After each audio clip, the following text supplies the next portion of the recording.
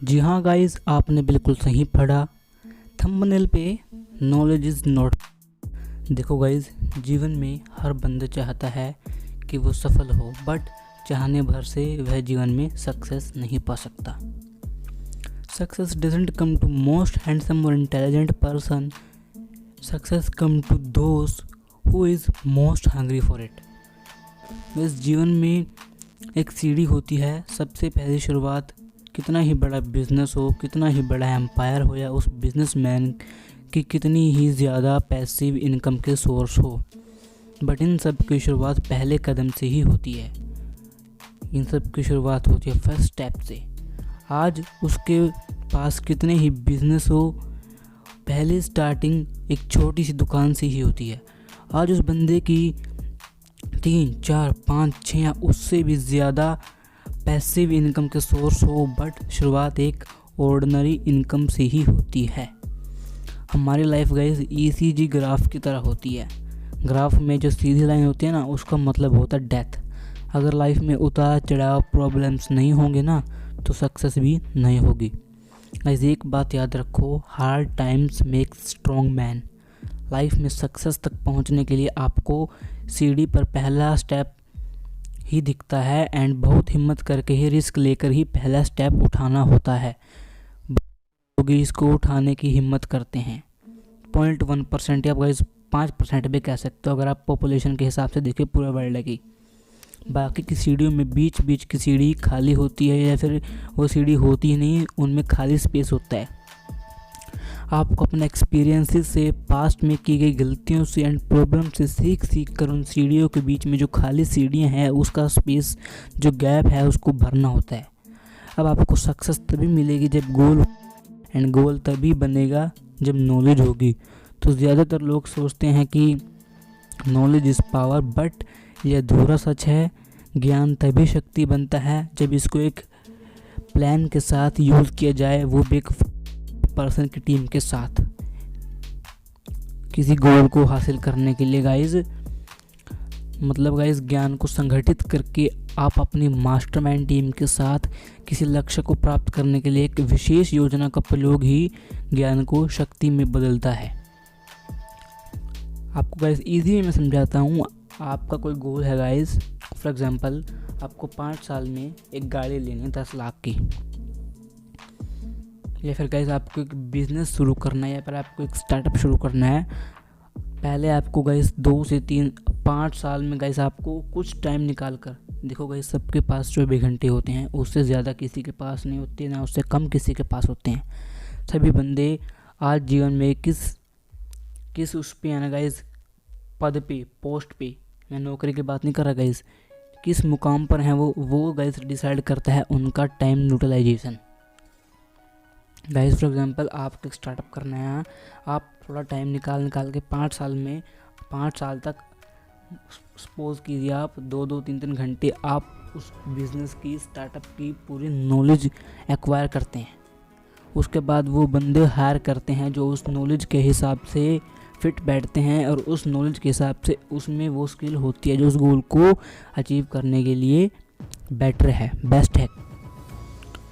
फिर गाइस आप एक प्लान बनाते हैं उस मास्टरमाइंड टीम के साथ, एंड उस प्लान का यूज़ करके, आप उस मास्टरमाइंड की स्किल का यूज़ करके आप उस गोल की जर्नी शुरू करते हैं। एंड फर्स्ट स्टेप तो आप तभी उठा लेते हैं जब आप उसकी नॉलेज एक्वायर करने लग जाते हैं। तो आप उस मास्टरमाइंड टीम के हेल्प से गाइस उस गोल को अचीव करते हैं। इस तरह गाइस नॉलेज पावर में बदलता है। हेनरी फोर्ड वो बंदा गाइस अपने टाइम में अमीर लोगों की लिस्ट में शामिल था। उसने मुश्किल से ही 6ठी क्लास तक की पढ़ाई भी नहीं की थी। Guys during world war Chicago के एक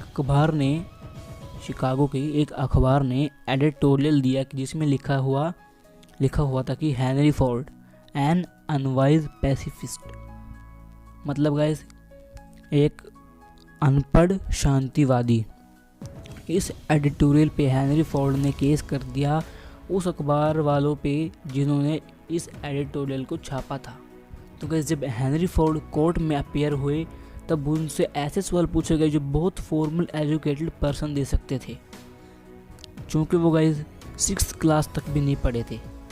तो वो उसका सवाल का जवाब कैसे दे सकते थे। लेकिन उनके पास कार बनाने का जो गाइज़ स्पेशल नॉलेज थी, विशेष ज्ञान था गाइज़, वो उसके पास था। बट ये फॉर्मल एजुकेशन उसके पास नहीं थी, उसके पास कोई डिग्री नहीं थी। फॉर एग्ज़ाम्पल उससे ऐसे सवाल पूछे गए, बेनेडिक्ट आर्नोल्ड कौन था? 1766 के वॉर में, मतलब गाइस 1766 के वॉर में ब्रिटेन ने अमेरिका से निपटने कितने सैनिक भेजे? गाइस इस ओनली वन सवाल पर गाइस हेनरी फोर्ड ने क्या आंसर दिया? मुझे ये तो नहीं पता कि उन सैनिकों की संख्या कितनी थी, बट जितने सोल्जर गए थे उनमें से बहुत ही कम वापस लौटे। इस तरह गाइस वो जवाब देते गए और थक गए गाइस, क्योंकि बंदा वो फॉर्मल एजुकेटेड नहीं था। तो गाइस लास्ट में उसने अपने जहाँ पर वो खड़ा था वहाँ पर अपना हथेली से मुक्का मारकर गाइस, अपना हाथ को बंद कर मुक्का मारकर आवाज़ क्रिएट कर डिस्टर्बेंस क्रिएट कर बोला कि मेरे पास जब कंपनी में ऐसे एजुकेटेड पर्सन मौजूद हैं जो हर सवाल का जवाब दे सकते हैं, जिनसे कुछ भी पूछो वो दे देंगे उसका जवाब, तो मुझे अपने दिमाग में ये फालतू की स्टोरेज भरने की क्या ज़रूरत है। तब गाइस जज को समझ में आया कि ये बंदा कोई अनपढ़ नहीं है, एंड ऐसा अनपढ़ आदमी जवाब कभी भी नहीं दे सकता। तो गाइस आप समझ सकते कि हेनरी फोर्ड ने भी किस तरह एक टीम का यूज़ करके उस टीम की, देखो गाइस हर नॉलेज आप एक्वायर नहीं कर सकते। अगर आपको गाइस बड़ी सक्सेस पानी है तो आपकी ज़रूरत पड़ेगी, एंड उस मास्टरमाइंड टीम की ज़रूरत के हिसाब से आपको स्किल्ड होंगे।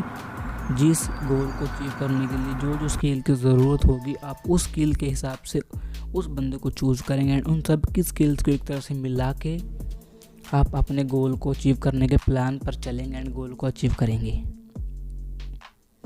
गाइस समझ आ गई होगी guys, knowledge is not power. जब तक इसका गाइस एक जो मैंने ये तरीका बताया है इस तरह से यूज़ ना किया जाए। गाइस आशा करता हूँ आपको ये गाइस वीडियो अच्छी लगी होगी। ये गाइस अगर आपको वैल्यूएबल वीडियो लगी है कि हाँ मुझे आज इस वीडियो ने वैल्यू प्रोवाइड किया है, तो गाइस सब्सक्राइब कर देना, शेयर करो या ना करो, एक कमेंट कर देना प्यारी सी। गाइस मेरा हौसला बढ़ता है कि हाँ मैं किसी के जीवन में इम्पैक्ट डाल पा रहा हूँ मेरी वीडियो से। एक तो लाइक और शेयर ठोक दीजिए, महाकाल का दबा के लाइक और शेयर ठोक दीजिए। 5000 लौटे दिख जाना चाहिए। ये 4000 के लिए मैं यहाँ पे नहीं खड़ा हूँ, पूरा साल मेहनत करता हूँ आपके लिए।